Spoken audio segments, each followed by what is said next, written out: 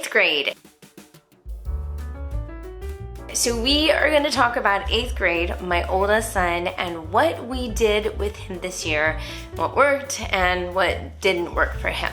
So my name is Leilani. I am a former public and private school teacher, and I homeschool 4 of my kids. If you want to know what I'm using with them next year, you should also subscribe to this channel, especially since my son is jumping into high school, and if you have high school kids, totally do it. I've had this channel for a while, so I'm going to put a playlist up there, and you will literally get curriculum suggestions from kindergarten, and really soon there will be high school in there as well. So full scope. So anyway, let's just get started with what we did with him this year for English. We're gonna start with English. We're gonna start with English. So of course, the first thing is spelling. Spelling we didn't do this year. So we're gonna be doing spelling in a group for everyone. We're gonna be using All About Spelling this summer, but I don't have any spelling to share with you except the fact that we actually utilized Alexa a lot, asking her how to spell things, which honestly is not really good practice. All right, moving into literature. Let's talk about some of the literature that I used with him. We did do Not Consumed Ministries and did their missionary book where they read the missionary books, the Heroes Then and Now series. We did about 4 of those. He loved what he read. We did the Hudson Taylor book. Some other literature he read, actually, this was the one that really kind of hooked him in. And he was like, it's so good. Okay, Lamplighters. I feel like Lamplighters they're a book distribution. They're more than that. They're a ministry because they're collecting books from the 1800s, early 1900s that are biblically inspired books. It's Charlotte Mason approved. If she was alive today, she would totally approve of them. Okay, they're amazing. And I had no idea that my kids would love them so much, especially my oldest son. They look kind of like this. And here's a book. They're kind of like a hidden gem because you just read them and you enjoy them and you discuss them. We have a subscription where we're getting several books. We get to, you can pick out which books you want, read the synopsis. And my kids just breeze through these books. Just to kind of give you a picture of what it looks like inside. Very few pictures. So this one right here was written in 1861. And this one was written in 1892, and it's just good literature. And this, like I said, was one that just really hooked him into reading, and he loves it. And his favorite one was the Tip Lewis book. And from what I understand, it was about a man who wanted to become a pastor. 7 was about somebody who was given 7 days left to live and what they did with his life, what he did with his life. So, of course, they're reading literature with their other subjects and doing comprehension with their other subjects. We did do for him, we did Fix It Grammar. I am a big fan of Fix It Grammar because it has everything in it. It builds on top of each other. So some of the stuff that they learned at the beginning of the year, they're going to be continuing to review every single day, right? And you'll understand when I explain the format. It's basically you get a passage, you have to go through and edit it, you read it, you mark it, you fix it, and then you rewrite the sentence correctly. So there's nouns, verbs, adjectives, capitalization, punctuation, quotations, commas, phrases, clauses, those kind of things. And you learn one of those things and you keep doing it. This list just gets longer. Here, I'll show you. The list just gets longer and longer. The only thing it does not have is diagramming. And if you want diagramming, that's where you want to use well-trained mind. Other than that, like to me, it's the perfect curriculum. Actually, I love IEW, and I'll talk about IEW all the time, but for him, he has actually gone through all of the middle school IEW that they have available, and so we kind of ran out of that option. So what we did this year for his writing, because I always felt like for him, he started off very young, he loved writing, and he thrived with IEW, and his IEW papers were so good for so long. And then something happened where he just got stuck. And I feel like that happened when it hit middle school. It had nothing to do with IEW because IEW was working beautifully. He just got stuck. And he was hitting brick walls. Like with his descriptive words, like he was using the same descriptive words over and over again and the same dress ups over and over again. And even though I would try to expand on things, he would just... And then there were certain concepts, literary ideas and writing techniques that he just needed to work on it. So it was a kind of a blessing that we finished all of IEW stuff. So we took a sidestep and we got into this curriculum called Writing and Rhetoric, which I have used before. It is definitely not biblical based. I would say this falls more into the secular category. I mean, IEW does too, except that they do have some theme-based writings that are specific to biblically based writing curriculum. But the other ones are all secular. This one, like I said, is strictly secular, but it is classical approach, which I really like the classical approach because you're studying great literature and you're learning how to mimic it, is pretty much the premise. But for this curriculum, he's had to do a lot of analyzing. He's had to really dig deep, try to come up with different ways to describe things. I know this particular book was focusing on description. There was something adopted from a short story by Jack London in here.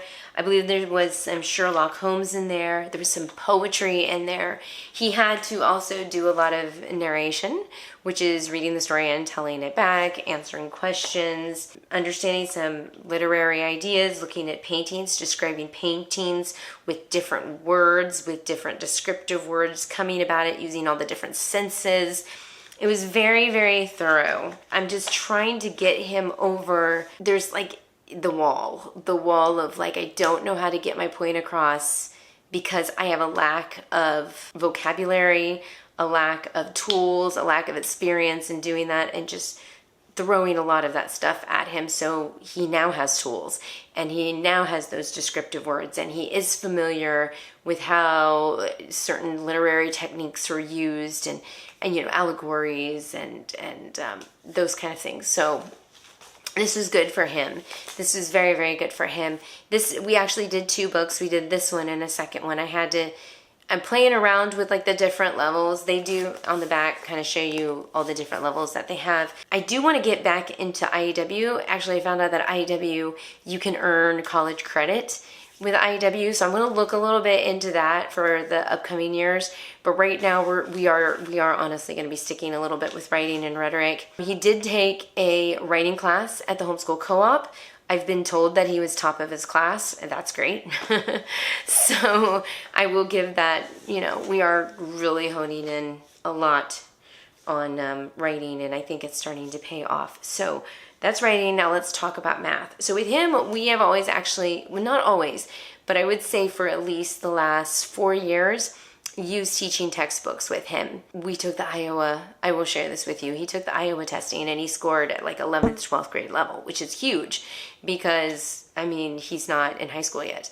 So I've always really enjoyed teaching textbooks, and it just really goes to show that it does work for some kids really, really well.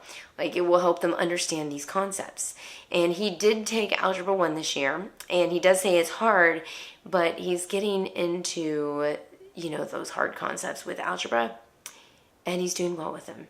So it does work. However, I do want to challenge him a little bit more. So I am looking at some other curriculum, and I'm probably going to switch out next year to something different. And so make sure you subscribe so you can see what I decide to do with that, which I think I've got my hands on probably one of the best math curriculums out there for kids that want to excel in math. And that's kind of where he's leaning, because he is looking at college and doing getting his master's as well. As of right now, it could change. I mean, whatever, we work with it, we roll with it, you know. Moving on, that's math. And let's look at history. And we have been using Truth Quest. He has actually really come full circle with Truth Quest, because the first year we started using Truth Quest with him, we did 3 years of American history, starting with the explorers and going all the way till present day.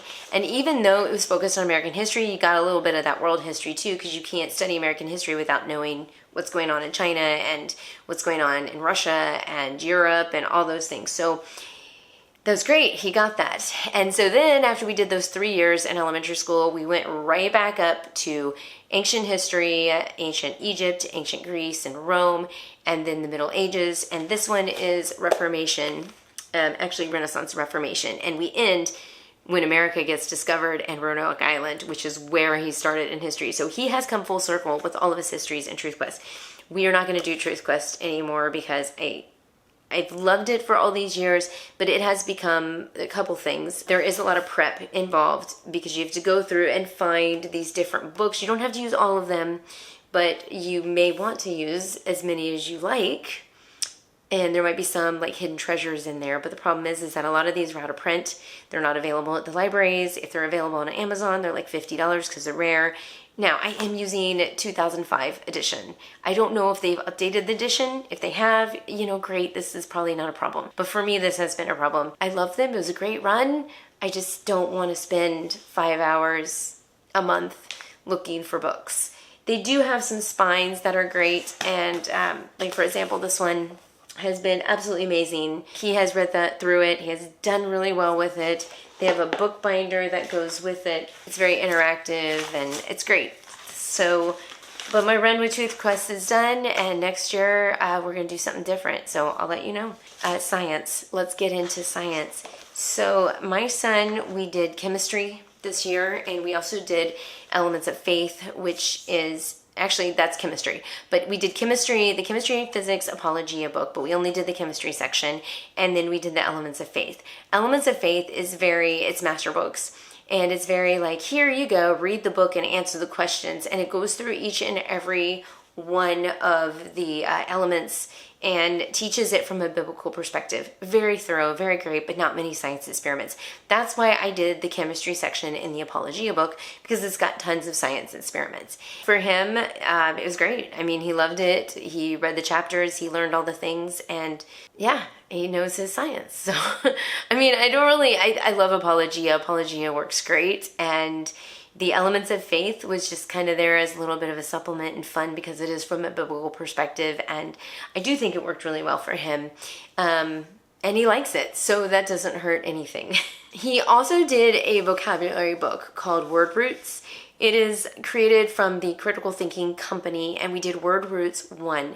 So the basis of this vocabulary book is that they teach you the Latin roots, and you learn them, and then you learn how to mix and match them throughout different endings and prefixes. And, he likes it. He says it's good. He does well on it.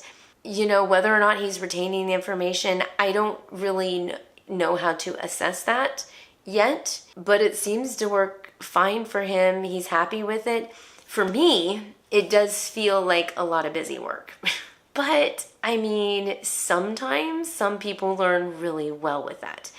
And I know I did, especially when I was prepping vocabulary when it came to the SATs and the ACTs.